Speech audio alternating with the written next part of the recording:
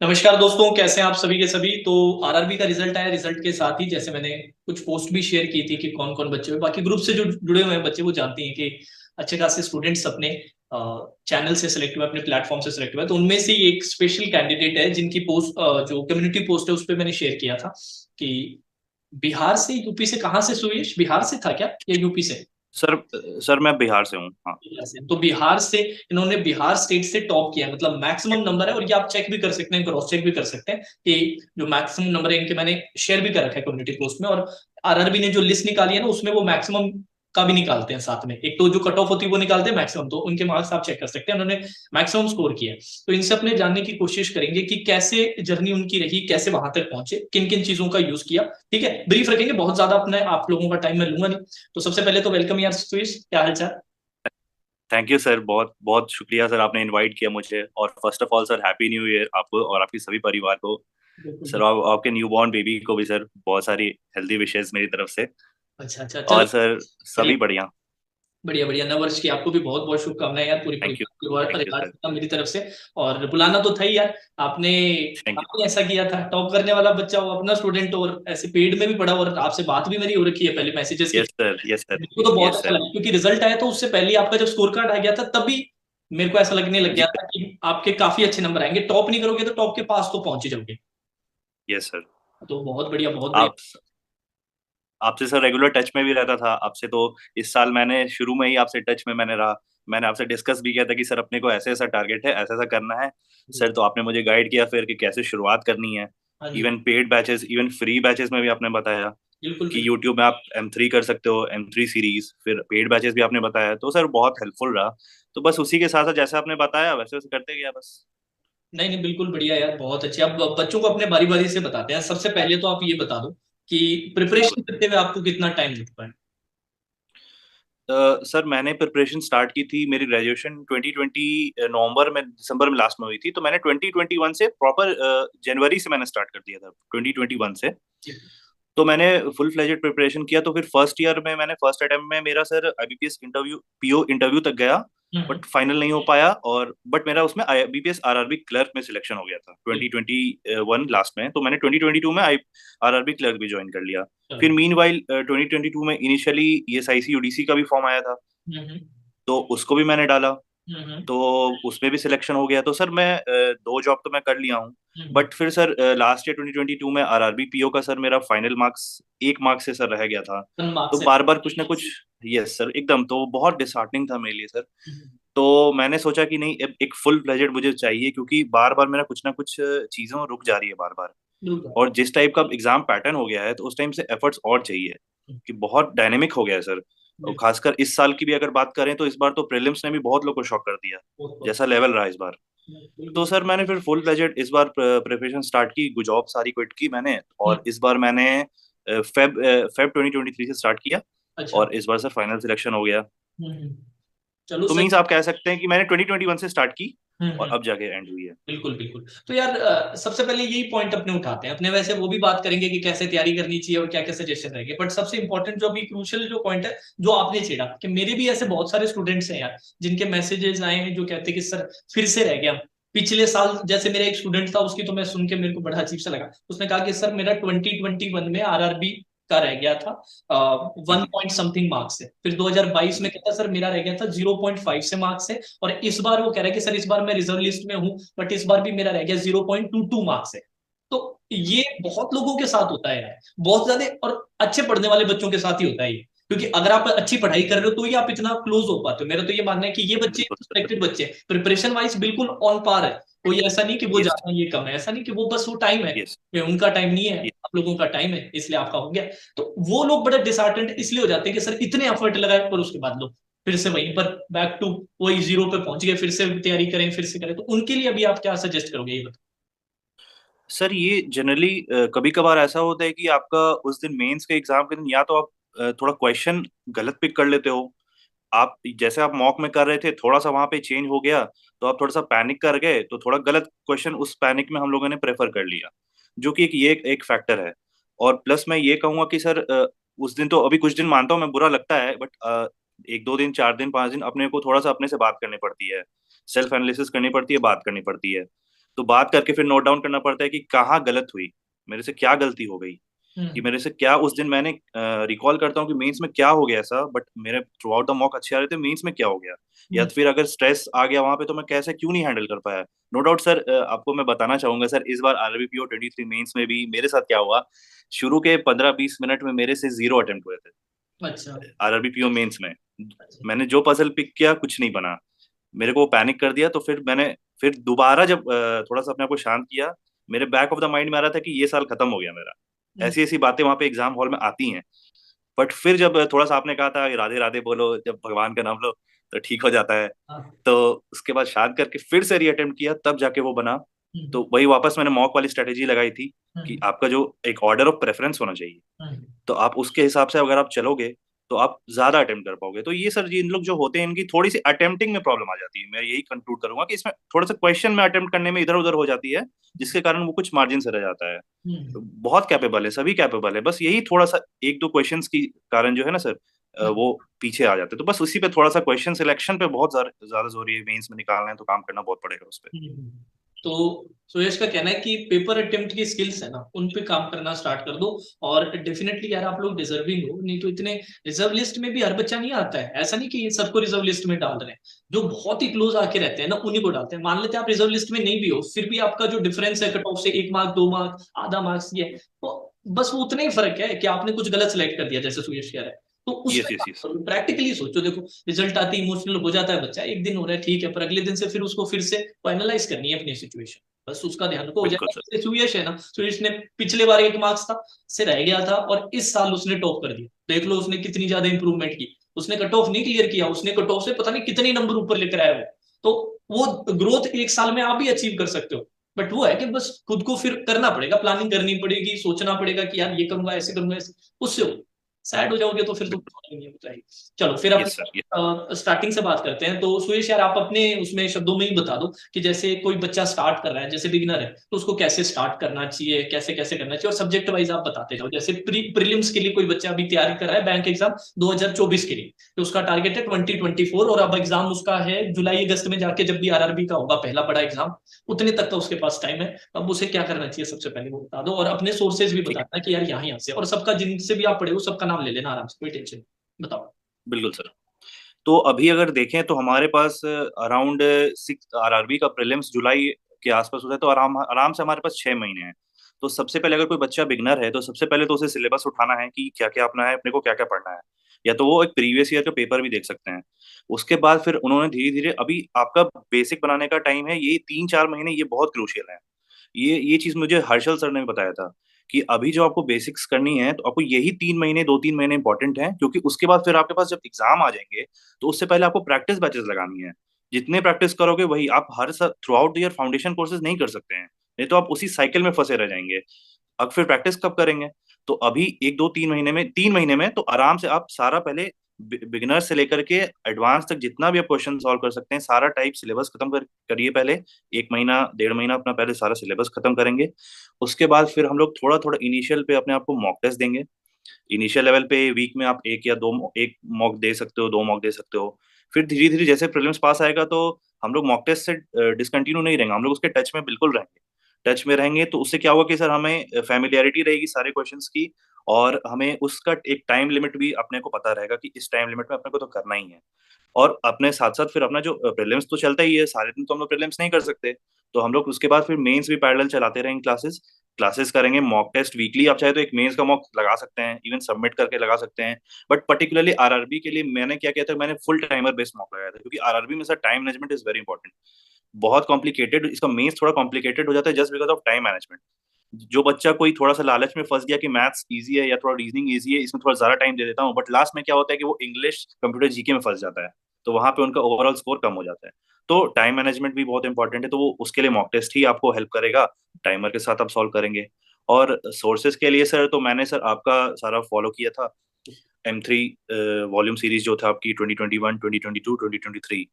उसके बाद फिर सर आप एग्जाम से पहले सारे प्रैक्टिस बैचेस जो लाते हो, 10 डेज 10 मॉक्स, वैसे वैसे करके वो किया। फिर आपका मैंने पेड सब्सक्रिप्शन भी लिया था, तो जो बच्चे चाहते हैं पेड सब्सक्रिप्शन से भी ले सकते हैं। मैंने आपका सर पहले तो आपसे पूछा था, आपने गाइड किया था कि विद्या बैच मेंस के लिए बहुत इंपॉर्टेंट है, तो वहां से मैंने टॉपिक वाइज सारा मेंस खत्म किया। फिर सारे प्रैक्टिस बैच आपने फिर लॉन्च किए, मैंने लास्ट ईयर के भी देखे। हम्म, और मैंने लक्ष्य बैच जो आपका था रीजनिंग का, वो भी बहुत इंपॉर्टेंट था सर, जो आरआरबी के लिए था। हम्म, मैं एक और चीज ये कहना चाहूंगा कि मैंने personally back of the mind मैंने कुछ एग्जाम्स पर्टिकुलरली टारगेट करके रखे थे कि मुझे बेयर टू बेयर मिनिमम मुझे ये निकालना है तो निकालना ही है। लाइकवाइज मैंने ये दो दिमाग में सोच के रखा था कि आरआरबी पीओ, और एक मैंने सोचा था आरबीआई असिस्टेंट, क्योंकि उसके बारे में था। बट अच्छा। अनफॉर्चुनेटली थोड़ी सी वैकेंसी इस बार कम आई आरबी थी। असिस्टेंट मेंस का भी एग्जाम दिया ना? हाँ हाँ सर, कल दिया था, कैसा 31 को मैंने दिया था। कैसा हुआ? सर ज्यादा नहीं हुआ था, 140 कर पाया था 200 में। बस जीके का थोड़ा सा मुझे लग रहा है, वहाँ जीके थोड़ा सा जीके सेक्शनल थोड़ा का मुझे लग रहा मुश्किल, थोड़ा जीके ही आया, बाकी तो सब है। मतलब। हाँ, डुएबल थे सर, चलो बिल्कुल सही। कंटिन्यू करो फिर, और क्या? तो और यही सजेशन है कि अपने को सारे लेवल ऑफ क्वेश्चंस करना है, ये नहीं कि हमने आरआरबी पीओ लेवल करना है, एसबीआई क्लरिकल लेवल करना है, क्वेश्चन की टैगिंग नहीं करनी है अपने को। अपने को 0 टू अपर लेवल जितना हो सकता है बनाएंगे। बट हाँ, अगर किसी का पर्सनली फेवरेट को एग्जाम है, जैसे उसके लिए कुछ एक लाइकिंग होती है, मेरी थोड़ी सी आरआरबी पीओ के लिए ज्यादा थी, क्योंकि थोड़ा सा मैं स्टेट में थोड़ा सा ज्यादा रहना प्रेफर करूंगा पेरेंट्स वगैरह के इशू को लेकर के, फर्स्ट प्रेफरेंस। तो मैंने इसके ज्यादा मार्क्स लगाए, इसकी थोड़ी सी ज्यादा प्रैक्टिस की मैंने, जिसके कारण आप देख सकते हैं मार्क्स में इतना फ्लक्चुएशन है, इतना ग्रेस है। तो ये मैं कहना चाहूंगा पर्टिकुलर टू स्टूडेंट डिपेंड करता है कि कुछ उनके कुछ सिलेक्टेड एग्जाम्स होते हैं जिनको क्रैक करने ही होते, तो उसके ऊपर थोड़ा ज्यादा मॉक टेस्ट देंगे। और बाकी क्वेश्चंस तो हमने सब सॉल्व करने हैं, उसमें कोई टैगिंग नहीं करनी है, ये तो हो गया। फिर मैथ्स के लिए सर मैंने हर्षल सर को फॉलो किया था, प्रॉपर उनका 0 टू, इसी साल से मैंने उनको फॉलो किया था अच्छा। पूरा। मैंने उनका 0 to infinity YouTube sessions, practice sessions, चाहे वो यूट्यूब के हो फिर पेड सेशंस हो, दोनों करने हैं अपने को। ये नहीं कि पेड सेशन है तो यूट्यूब नहीं करेंगे, ठीक है। क्योंकि कभी कभार क्या होते हैं, कुछ नए पैटर्न ऑफ क्वेश्चन हम लोग यूट्यूब पे कर लेते हैं, बिल्कुल हाँ। कभी कभार पेड में कर लेते हैं, तो सारे कवर हो जाते हैं। तो इसलिए दोनों सेशंस इंपॉर्टेंट है, क्योंकि आपकी जितनी ही प्रैक्टिस होगी वो आपके ही फायदे के लिए है। बिल्कुल। तो आपका आपका रिवीजन, आपका सही सभी डायरेक्शन से आपका रिवीजन होगा। तो हम्म। वो एक वो हो गया। सर इंग्लिश की बात करें तो मैं तो सर इंग्लिश मीडियम स्कूल का था, तो मेरी इंग्लिश थोड़ी डिसेंट थी, तो मेरे को इंग्लिश में उतनी प्रॉब्लम नहीं हुई। अच्छा। बट हाँ, मैंने मॉक टेस्ट से सॉल्व की, और कभी कभार मैं थोड़ा सा रीडिंग वगैरह कर लेता था, हम्म। एडिटोरियल वगैरह हो गया या कुछ भी। और ये कोई जरूरी नहीं है कि हमें सारे एडिटोरियल ही करने हैं, आप कुछ भी पर्टिकुलर आर्टिकल उठा सकते हो गूगल से, कुछ भी आप अपने चॉइस ऑफ इंटरेस्ट से पढ़ सकते हो। बट हाँ, ये है कि आपको कंसिस्टेंसी रखना पड़ेगा, रीडिंग रखना पड़ेगा, क्योंकि मेंस में खासकर कि आरसीज बहुत बड़े बड़े आते हैं। तो हम्म। अगर आपकी थोड़ी सी वहां पे टाइमिंग और स्पीड नहीं रहेगी तो आप बहुत सारे क्वेश्चन मिस आउट कर दोगे। अच्छा। तो इंग्लिश में कंसिस्टेंसी बहुत इंपॉर्टेंट है, आपको रीडिंग तो करनी ही करनी है। सही है। और कोई और टीचर फॉलो नहीं किया क्या इंग्लिश के लिए? इंग्लिश के लिए सर मैंने कोई पर्टिकुलर टीचर नहीं फॉलो किया था सर। ये सर मॉक टेस्ट से हो गया और रीडिंग वगैरह से हो गया, क्योंकि थोड़ी सी मेरी इंग्लिश बेटर है, सीबीएसई स्कूल से था मैं, अच्छा। प्राइवेट स्कूल से था, तो अच्छा था मेरा इंग्लिश। तो सही। इंग्लिश में कुछ ज्यादा पर्टिकुलरली मेरे को प्रॉब्लम नहीं आई। बट हम्म, इनिशियल डेज में मैंने निमिषा मैम के प्रैक्टिस सेशंस किए थे 2022 या 2021 में मैंने किए थे, सॉरी एग्जैक्ट नहीं याद है, बट 2021 में ही मुझे शायद किया है। थोड़ा सा प्रैक्टिस सेशंस मैंने लगाए थे, थोड़े मैंने बेसिक्स नहीं किए, सीधे प्रैक्टिस सेशंस। हाँ, मतलब कंसिस्टेंटली नहीं किया, बाकी खुद से ही तैयारी की आपने, और रीडिंग हाँ पर बिल्कुल। जोर रखा कि हाँ रीडिंग अपने अच्छे से करें, और मेंस के लिए स्पेसिफिकली आप बड़े पैराग्राफ्स और ऐसा बिल्कुल बनाए कि यार बिल्कुल ये अपना ऐसा होना चाहिए कि यार अपने अंदर क्षमता होनी चाहिए कि बड़े बड़े अपने पढ़ पाए, और पढ़ के उनमें खो बिल्कुल ना जाए, और प्लस बिल्कुल। एनालाइज भी कर पाए, क्योंकि दिमाग थक जाता है अगर आदत नहीं होती ना इतने बड़े बड़े पढ़ने की, तो वो फिर कब नहीं पता। और सर ये थोड़ा सा मिथ बना दिया गया कि वोकैबुलरी करना मैंडेटरी ही है। नहीं। कभी कभार क्या होता है ना कि आप पूरे सेंटेंस के थ्रू उसका मीनिंग आप निकाल सकते हो उस वर्ड का। तो बिल्कुल आप और ऊपर ऑप्शंस ऑप्शंस इवन आपको ऑप्शंस के साथ भी खेलना आना चाहिए, आप ऑप्शंस बिल्कुल एलिमिनेट करके भी बहुत चीजें कर सकते हो। बिल्कुल बिल्कुल तो बिल्कुल सर। ये किए हो गया, तो ये आपको मॉक टेस्ट के थ्रू ही समझ में आ जाता है कि सारे पैटर्न ऑफ क्वेश्चंस। बिल्कुल हाँ। बिल्कुल। और जीके के लिए मैंने सर जीके के लिए एक चैनल है करंट अफेयर्स फंडा करके, बहुत कम लोग इसके बारे में जानते हैं, अच्छा अच्छा। बट वो बहुत अच्छी चैनल है सर। वीडियो के फॉर्म में, एमसीक्यू के फॉर्म में शॉर्ट रहते हैं, बट बहुत डिस्क्रिप्टिव वे में, बहुत उनका पूरा अच्छे से डिफाइंड रहता है। अच्छा तो वो मैंने फॉलो किया था, और अड्डा का मैंने फॉलो किया था। अच्छा। इनिशियल डेज मैंने अफेयर्स आउट किया था, बट मेरे को लास्ट टाइम में क्या हो जा रहा था ना कि मेरे को लास्ट टाइम में रिवीजन में प्रॉब्लम आ रही थी, क्योंकि थोड़ा अच्छा। बल्की हो जा रहा था मेरे लिए। सही है।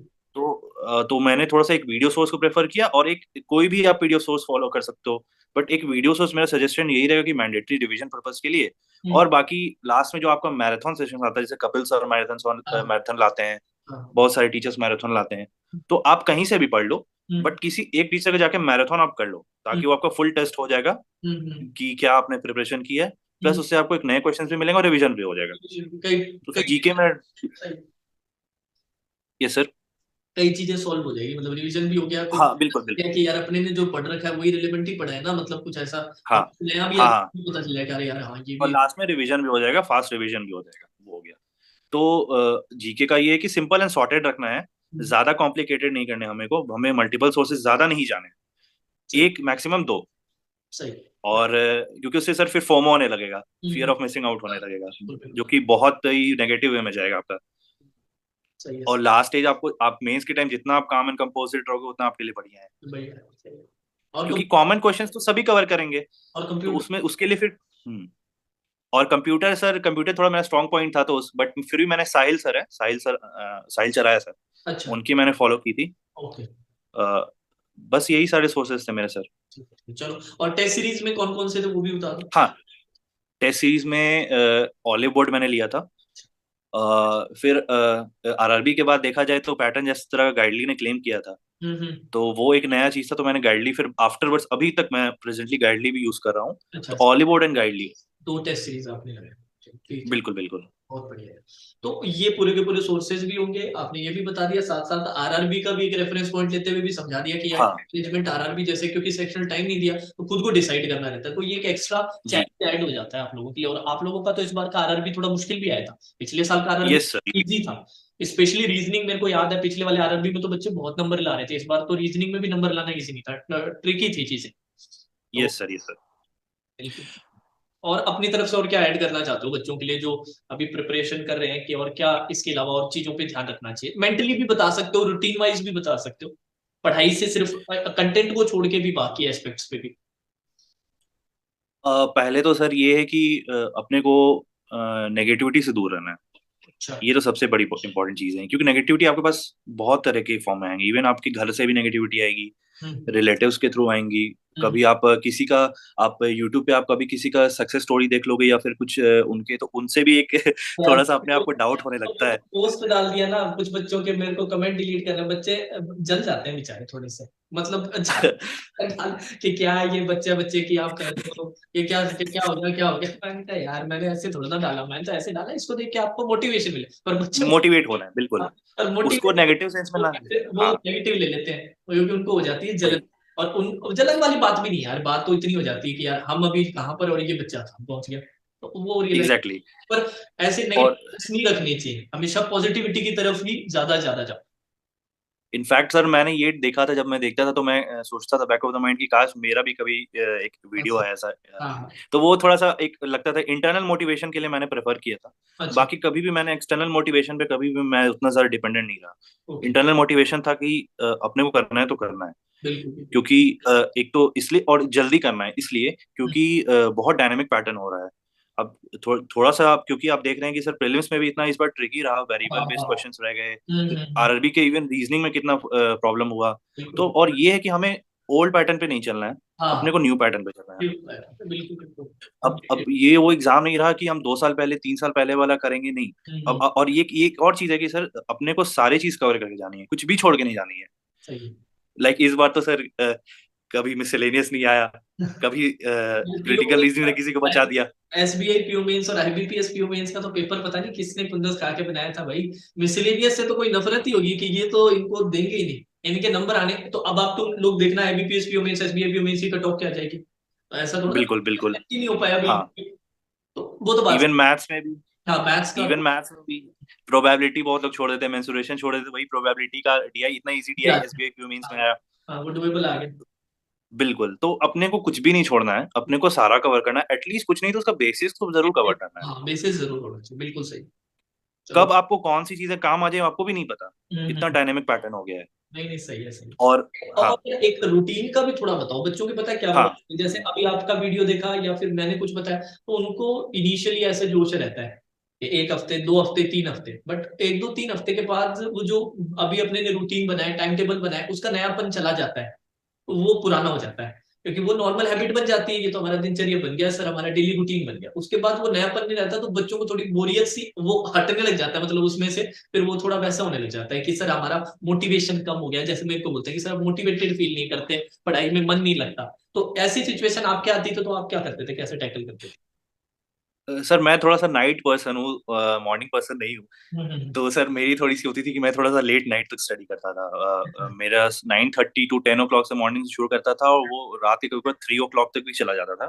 सही है। क्योंकि मैं हड़बड़ी में पढ़ाई नहीं करता था। अच्छा। कि मैंने ये देखा कि बच्चे बहुत लोग परेशान हो जाते हैं कि मेरे को ये भी क्लास करनी है, अब इनकी इनकी क्लास करनी है, तुरंत इधर जाना है, रीजनिंग हो गया, मैथ्स पे स्विच करना है, ये करना है वो करना है। तो कभी भी हड़बड़ी में नहीं करना है। मैं हम्म। ये रखता था कि ठीक है, कवर करूंगा, लेकिन एनी हाउ डेली कवर करूंगा, चाहे हम्म। वो कितना भी टाइम लगे। और हम्म। ये कभी पैनिक नहीं करता था यार कि मैं आज मेरा ये क्लास नहीं हो पाया है, ये नहीं हो पाया है, तो ठीक है यार, अब मैं इसको अगले के दिन के लिए कर लेता हूँ, या स्विच कर लेता हूँ, इस पे कर लेता हूँ। मेरा ये था कि ठीक है, अभी जो जिस चीज पे ध्यान दे रहे हैं पहले उस पे ध्यान देते हैं। हम्म। One at a time, simple rule है, वन एट अ टाइम। और भले ही जितना टाइम लगे, मुझे 1 घंटा ज्यादा लगे, 2 घंटा ज्यादा लगे, मैं करूंगा, बट करूंगा। तो मैंने अभी जैसे मान लीजिए कि आपकी रीजनिंग की क्लास है, वो हम्म। कर रहा हूँ। हम्म। वो लाइव मान लीजिए अगर मैं नहीं कर पाया, हम्म। बट मैं उसको सेम डे में ऑफलाइन कर लूंगा, बट कवर करूंगा उसको। कभी भी नेक्स्ट डे के लिए पोस्टपोन नहीं करना है, नहीं तो वो पोस्टपोन होते चला जाएगा। हम्म। प्रोक्रेस्टिनेट कभी नहीं करना है। तो वो हो गया। तो मैं लोगों को यही बोलूंगा, ठीक है, आप रूटीन बनाइए। रूटीन बनाने से इनफैक्ट उससे ज्यादा मैं कहूंगा आप थोड़ा सा अपना टारगेट्स बना लीजिए, उसको वो टाइम बेस्ड मत रखिए हम्म। कि मुझे 5 घंटे के अंदर करना है, 6 घंटे के अंदर करना है। नहीं, आप अपना टाइम दीजिए, हम्म। बट आप एटलीस्ट आप प्रॉपर तरीके से उसको कवर कीजिए। And one at a time का प्रिंसिपल मैं यही बोलूंगा कि लोगों को फॉलो करने, कभी भी स्टिफ रूटीन नहीं बनाने, अपने आप को बाउंड नहीं कर लेना है टाइम के अंदर, और हम्म। प्रेशर लेके कुछ भी नहीं करना है। बिल्कुल। थोड़ा सा प्रेशर ऑटोमेटिकली एग्जाम के पास आएगा, एग्जाम आएगी तो आपको समझ नहीं आएगा कि क्या करें आप, हम्म। बट उसके बारे में हमें उतनी ज्यादा नहीं सोचनी है। हम्म। बस अपना टारगेट्स पूरा करना है। सही है, सही है, तो बहुत अपने आप को बस स्ट्रेस वे में नहीं करना है, आराम आराम से करना है। अच्छा। ये तो बहुत अच्छी एडवाइस दी है सुरेश ने कि आराम से करो यार, रूटीन को फ्लेक्सिबल रखो कि चीजें हो, थोड़ा थोड़ा इधर थोड़ा उधर हो जाए तो उससे क्या, अभी प्रैक्टिस सेशंस चल रहे हैं ना, हाँ, जैसे क्रिकेट में बिल्कुल। बच्चों का एग्जांपल देता हूँ, या नेट प्रैक्टिस में कोई थोड़ा ना पोली गाली निकालता घूम रहा है बॉलरों को, या फील्डरों को गाली निकाल, yes sir, yes sir. Match में दिखाता है ये सारा जोश। यस। प्रैक्टिस सेशन तो होता है एंजॉय करने का, लर्निंग का टाइम होता है कि सीखना है अपने को ज्यादा ज्यादा, उसमें खुद को बांध लोगे, खुद पे ऐसे एक्सपेक्टेशंस डाल दोगे तो फिर तो काफी वैसा हो जाता है ना। रूटीन वगैरह बनाने, बिल्कुल सर। नाइट जैसे ऐसा कुछ नहीं है कि सुबह जल्दी उठ के पढ़ना जरूरत है, इतना करना जरूरत है। हर पर्सन की अलग होती है, देखो जिसमें आपको मैक्सिमम मिले, जैसे सुयश को मैक्सिमम मिलता था कि सर मेरे को तो 3 भी बज जाते थे, मैं सुबह 10 बजे तक, हाँ, पर ये है कि फिर वो मेरे लिए मैक्सिमम प्रोडक्टिविटी का टाइम होता, इसलिए मैं उसमें करता था। तो आपके लिए जो मैक्सिमम बिल्कुल प्रोडक्टिविटी वैसा आपका। चलो बिल्कुल। आपने और कोई बात इंटरव्यू की रहेगी, इंटरव्यू में क्योंकि नंबर आपके अच्छे हाँ, हैं, तो इंटरव्यू के लिए क्या किया। इंटरव्यू में से जैसा आपने बताया था कि कितने मार्क्स आए, तो मैंने कल कैलकुलेट किया तो मुझे 82 के अराउंड मिला था। बढ़िया बात। लास्ट ईयर भी मुझे 80 के अराउंड मिला था। बढ़िया। तो इंटरव्यू के लिए सर मैंने करंट इवेंट्स पे ज्यादा फोकस किया था, क्योंकि मेरे से करंट से रिलेटेड ज्यादा थोड़ा क्वेश्चन पूछ रहे थे। और सिंस बैंकिंग का है तो वो इकोनॉमी पे ज्यादा फोकस करते हैं। अच्छा। और आपको थोड़ा अपना सा आपका जो एजुकेशनल बैकग्राउंड है, हाँ। एजुकेशनल बैकग्राउंड पे हल्का हल्का ओवरव्यू लेके जाना है। लाइकवाइज मेरा मार्केटिंग का फील्ड था, तो मेरे से मार्केटिंग के क्वेश्चंस पूछे गए थे, क्योंकि आपसे वो थोड़ा सा एक्सपेक्ट करते हैं कि आपने थोड़ा सा उसके बारे में अपने तो ब्रीफ आपको पता हो। हम्म। और उसके बाद अपने को बैंकिंग की टर्म्स तो पढ़नी ही है, हम्म। बैंकिंग एंड इकोनॉमी की टर्म्स तो पढ़नी ही है, बेसिस उसकी भी जानकारी होनी चाहिए, क्योंकि आप जिस फील्ड में आप जा रहे हो उसके बारे में वो आपसे एक्सपेक्ट करते हैं कि इनको कुछ तो पता है। हम्म। वो हो गया। और ये कोई मैटर नहीं करता कि आप इंग्लिश में दे रहे हो, हिंदी में दे रहे हो। हम्म। बस थोड़ा सा आप अपने आप को किस तरह एक्सप्रेस कर रहे हो, बस कॉन्फिडेंटली एक्सप्रेस कर रहे हो, अच्छे से बोल रहे हो, कम्युनिकेशन आप अच्छे से कर रहे हो, चाहे वो हिंदी में ही हो, इंग्लिश में हो, आप हम्बल्ड वे में रह के कर रहे हो, बस वही वो देखना चाहते हैं। हम्म। और कुछ ऐसा कुछ हैवी आपको कुछ ज्यादा नहीं करना है। अब हम्म। जितना इजी वे में इसको लेंगे उतना अच्छा है। अब आपको वो एक फ्लो में आपका अच्छे से वो चला जाएगा वहां पे। अब ऐसा कोई डरने की जरूरत नहीं है, वो नॉर्मल ही है। हम्म। इतना कोई स्ट्रेस नहीं लेने की जरूरत है, बट हाँ, कुछ कुछ थोड़ा सा ये सब होमवर्क जैसे कि बेसिक टर्म्स कर लेने हैं आपको। आपको थोड़ा सा अपने आप को किस तरह प्रेजेंट करना है, बस हम्बल वे में रहना है, आपको अच्छे से बोलना है, और थोड़ा सा पैनिक नहीं करना है। पैनिक वहां पे सब थोड़ा सा करते हैं, बट वो आप अंदर जाने के बाद सब इजी वे आउट हो जाता है, क्योंकि उन्हें भी पता है कि आप उतने एक्सपीरियंस नहीं हो, तो हम्म। आपको उतना ज्यादा स्ट्रेस आउट नहीं करना है। हाँ। और अब जैसे मैंने तो कोई मॉक इंटरव्यू वगैरह नहीं दिया था, हम्म। बट हाँ, मैं ये सजेस्ट कर रहा हूँ, किसी को लगता है तो आप मॉक इंटरव्यू दे सकते हैं, किसी के साथ भी दे सकते हैं, बीट या फ्रेंड्स हो सकते हैं, कोई भी आपके घर में किसी से भी ले सकते हैं। जरूरी नहीं कि आपको हर चीज पेड ही लेना है। बिल्कुल आप सही। अपने सर्कल, ग्रुप सर्कल में कर सकते हो, आप अपने टीचर से एडवाइस ले सकते हो, यूट्यूब सेशन से देख सकते हो। हम्म। तो आप कहीं से भी कर सकते हो, उसके कोई जरूरी नहीं कि पेड प्लेटफॉर्म ही जरूरत है। सही है, सही है। तो ठीक है, तो बेसिक बेसिक चीजें इंटरव्यू की सुयश ने बता दी कि क्या क्या, बिल्कुल बिल्कुल। और बाकी जो बिल्कुल। बेसिक चीजें होती है आपको यूट्यूब पे आजकल सब मिल ही जाता है यार, इतने सारे लोगों ने यस। अपने चैनल्स खोल रखे हैं, बहुत नॉलेज मिल जाता है, तो वो बेसिक चीजें cover yes sir. Over think मत करो, बस सिंपल बात ये है। और हम बिल्कुल बिल्कुल। आराम से, है ना, क्योंकि उनकी वैसे यस तो नजर उस चीज पे ही होती है कि आप रिएक्ट कैसा कर रहे हो, सबसे इम्पोर्टेंट तो वही। एग्जैक्टली। तो यस। चलो ठीक है सुयश यार, अब सारी बातें अपने ने की, है ना। तो थैंक यू सर। बाकी जाते जाते अपने स्टूडेंट्स के लिए जो देख रहे हैं उनके लिए कुछ आप मैसेज देना चाहो तो।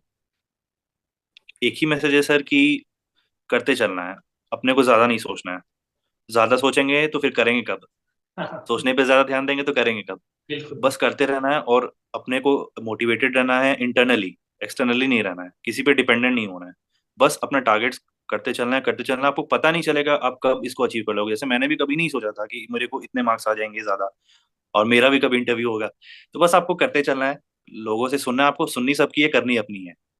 अच्छा, बस बढ़िया बढ़िया, आपके चलिए। लिए जो बेटर है आप ही जानते हो कि आपके लिए क्या बेटर है। बट हाँ, लगे रहना है ये नहीं, और कंसिस्टेंसी बहुत जरूरी है सर इस एग्जाम में।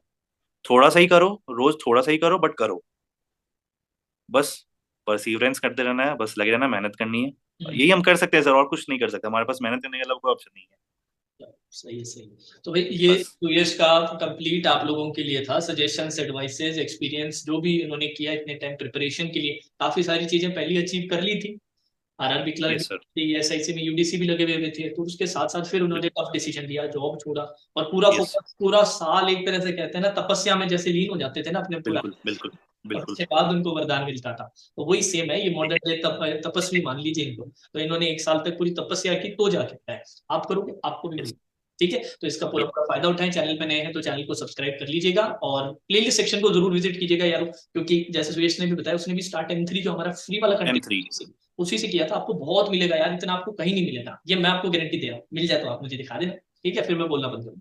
तो आपको मेंस का इतना फ्री कंटेंट मिलना ही नहीं कहीं पर, चाहे कितना भी टॉप का टॉप एकदम मतलब बेस्ट टू बेस्ट है, वो उनके पास भी इतना नहीं मिलेगा। तो वहां से स्टार्ट करो, उसके बाद आपको ऐसे लगे कि हाँ यार इनका पेड भी लेना चाहिए, तो आप पेड लेने का सोचना। और बाकी जो सजेशंस सुयश ने दिए हैं, क्वांट्स के लिए अर्शल सर का दे दिया, करंट अफेयर्स के लिए करंट अफेयर्स फंडा करके एक चैनल है यूट्यूब का दे दिया, इंग्लिश के लिए उन्होंने किसी को फॉलो नहीं किया इनिशियली, निमिषा मैम का कुछ क्लासेस, प्रैक्टिस क्लासेस देखी थी, बाकी रीडिंग पे उनका ज्यादा फोकस था, वोकैब ग्रामर इन पे कम था, रीडिंग पे इनका ज्यादा था कि रीडिंग करो और एक रेगुलर हैबिट में करो। ठीक है, और इसमें अपने रूटीन के अंदर इसको इंटीग्रेट करके रखो जिससे छूटे ना। और बाकी कंप्यूटर के लिए साहिल सर का बताया, साहिल चराया सर हैं, और जीए का मैंने बता ही दिया, बस यही सब थे। रीजनिंग का तो मेरे चैनल पे तो मैं सीख पढ़ा है, और क्या। चलो ठीक है यार, तो आज का सेशन यही थैंक यू कंक्लूड सर। करते हैं। मैं 2 मिनट बात कर लेता हूँ सुयश से, फिर मैं भी क्लास प्रिपरेशन में लगूंगा। राधे राधे सभी को, थैंक यू सुयश सर आने के लिए। Thank you sir.